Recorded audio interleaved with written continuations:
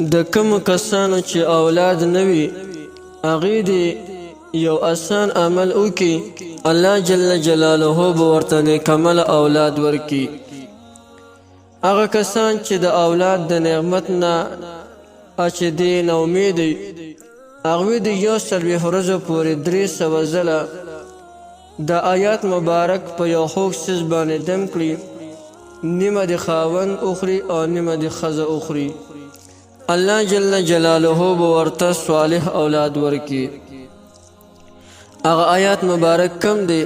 نو هغه دا آیات مبارک دی: ولله ملک السماوات والارض وما بینهما ما یشاء والله على كل شيء قدیر.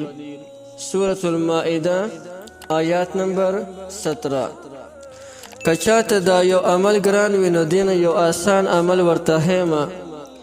کم چې د اولاد د نعمت نه محروم وي نو هغه د روزانه 100 او 1 سورة کوثر د بسم الله الرحمن الرحیم سره وي. ان شاء الله چې الله جل جلاله به ورته نیکمل اولاد ورکړي. چاته دغه عمل ګران دی نو یو بل آسان عمل ورته هیمه.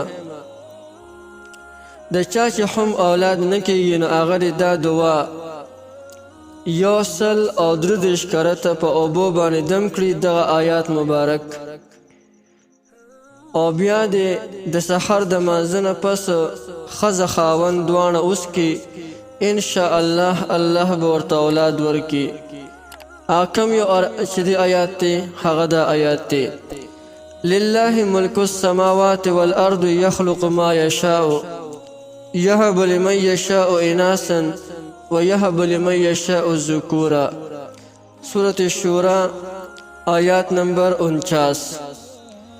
او دریم نمبر دا چې دی د ټولو آخري نمبر چې کومه وظیفه ده نو ډېره ښکلې وظیفه ده.